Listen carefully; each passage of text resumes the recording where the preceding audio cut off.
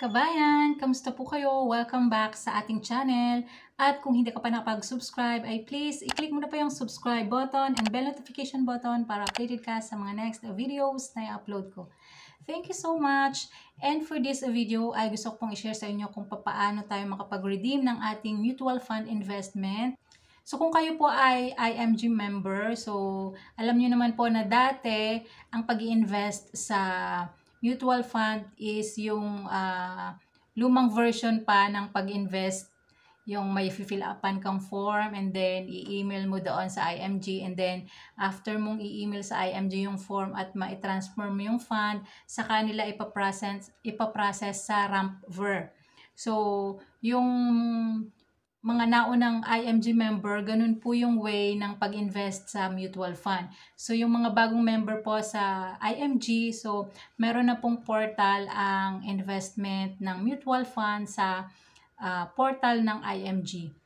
So, website nyo dyan. So, di ba meron na kayong makikita ang investment ng mutual fund dyan kapag ka na-open nyo, if nag-renew kayo ng inyong renewal sa IMG yearly, ganun. And then, if ever yung previous investment yung meron kayo, so direct doon sa RampVer na nagpapasa noong yung nag-fill up pa kayo ng form para makabili ng shares. Like for example, gusto nyo nang i-withdraw yung inyong funds sa mutual fund, like sa Soldivo, for example, doon sa bonds or doon sa Soldivo Strategic Fund. So, ito lang po yung process kung paano tayo makapag-withdraw ng ating mutual fund account, ng ating mutual fund sa RampVer. So, punta lang po kayo sa www.rampver.com. So, once ma-open nyo na po yung website ng RampVer, so, scroll down nyo lang po sa baba hanggang makita nyo yung how to redeem my mutual fund, ganon. And then, click nyo lang po yung requirements and forms. So, lalabas dyan how to redeem your mutual fund investment.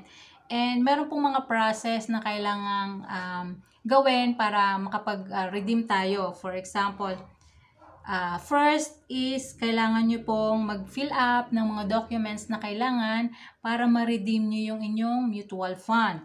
And kailangan nyo pong fill upan, and then pirmahan, and then kailangan yung mag-submit ng valid ID na merong tatlong signature nyo doon. For example, photocopy, and then once ma-fill upan nyo po yung mga forms na yon, kailangan nyong i-scan and email nyo sa transaction@rampver.com. For example, iba-iba po yung mga funds na meron si RampVer. For example, meron silang BPI, FAMI, Philiquity, Mutual Fund, Sun Life, and Soldivo. For example, yung Soldivo funds yung ating i-redeem or yung i-withdraw. So, merong specific na forms na kailangan fill upan for Soldivo. So, i-click nyo lang po yung get documents dyan sa Soldivo funds, and then once ma-print nyo siya, kailangan nyo siyang fill upan and then pirmahan. Sa valid ID, kailangan nyo magpirma ng 3. So, yun yung 3 requirements lang sa Soldivo. So, sa ibang fund, like for example, Philiquity and other funds, so hindi ko na po babanggitin kasi yung Soldivo lang yung na-check ko. Pero pwede nyo pong i-open para makita nyo yung mga requirements and forms na kailangan nyong i-comply para ma-redeem or ma-withdraw nyo yung inyong mutual fund dito sa rampver.com. And after nyo pong ma-scan yung inyong mga forms and requirements, so kailangan nyo pong i-email sa transactions@rampver.com.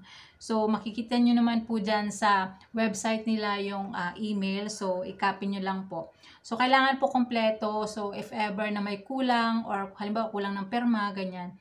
So, magkakaroon ng delay. So, 5 to 7 business days ang processing nito para makuha nyo na yung inyong wini-withdraw.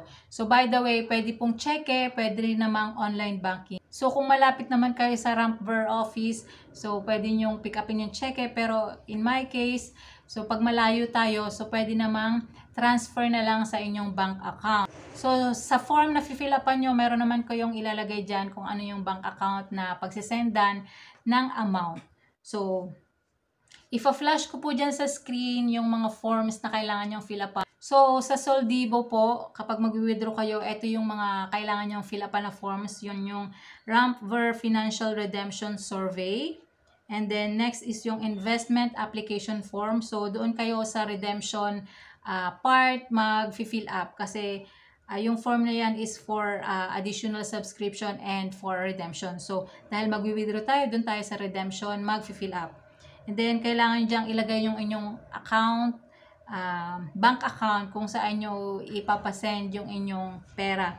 And then, yung signature nyo dyan. So, kailangan po. And then, next po is yung valid ID. So, hindi ko na ipapakita. So, meron naman pong guidelines. So, ipapakita ko din dyan yung sample ng redemption guidelines kung paano pag-fill up ng form. So, once ma-okay na yan, so, ayun, send nyo lang ng message via email sa transaction@rampver.com. So, once ma-receive po nila, nag-notify naman po sila, magre-reply sila na na-receive na nila yung inyong application, at if ever na merong missing or if ever na kulang doon sa finilapan yung form, ay sasabihin naman nila at ayun, magsisend ka ulit ng panibago.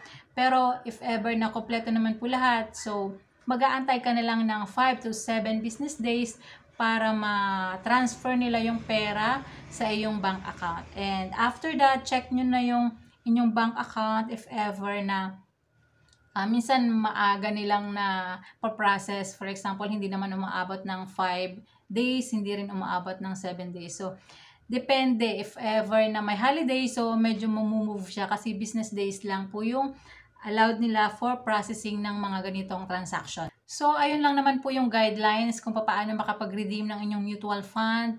If ever previous member kayo ng IMG, so kung nag-worry kayo kung paano na mag-redeem ng inyong mutual fund, so napakadali lang po, via online pa rin, pwede kayong mag-redeem ng inyong mutual fund or mag-withdraw ng inyong mutual fund. So, sana po ay nakatulong ang video na ito. Thank you so much for watching. At kung hindi ka pa nakapag-subscribe, ay please click mo na po yung subscribe button and bell notification button para updated ka sa mga next videos na i-upload ko. Thank you so much! Bye!